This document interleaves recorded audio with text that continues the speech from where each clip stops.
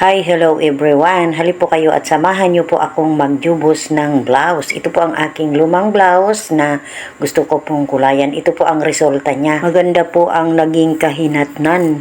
Naging maganda ang kulay, tumingkad at naging bago yung luma. Maganda gumanda siya.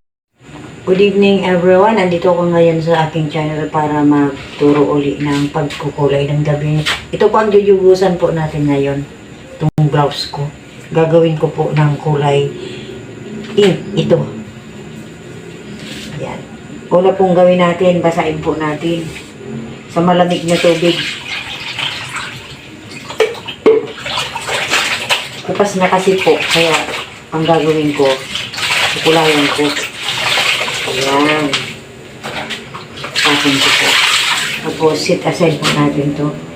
Tapos, maglagay na po tayo dito na mainit na tubig. Yan po. Ayan, mainit na tubig yan. Tapos, ilagyan na natin ng konting asin. Ayan, konting asin lang ha. Tapos halo-haloin. Tapos ito nagupit ko na to. Lagay na natin agad. Ayan.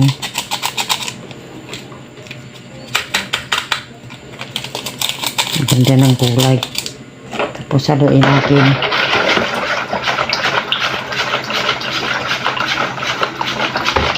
Tunawin mabuti.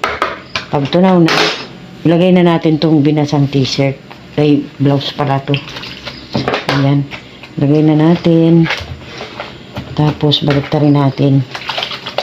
Ayan, kulay pink. Pink na pink. Ganda. Tapos, pag ano na, ganito na. Ayan. Ibabad po natin to ng 1 oras hanggang sa lumamig. Ayan, ganyan ang kulay niya.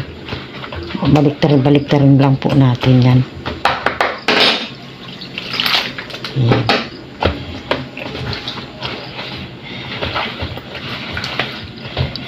Ayan. Babad natin ng 1 oras yan. Ito malamig na ngayon, 1 oras na, kaya gagawin natin. Higaan na natin. 1 oras na yan. Sigurado, itapon na natin to dito sa ano. Para hindi na tayo lumayo. Tapos, ito na yung itsura niya. Ngayon, bandawan na natin. Malamig na tubig na yan.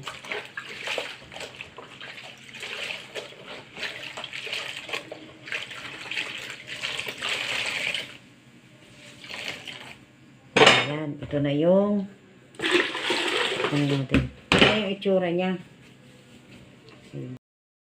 At ito na nga po ang naging resulta. Maganda, di ba? Ayan. Maganda, no? Pink na pink. Oh, naging bago yung luma. Maganda gumanda siya.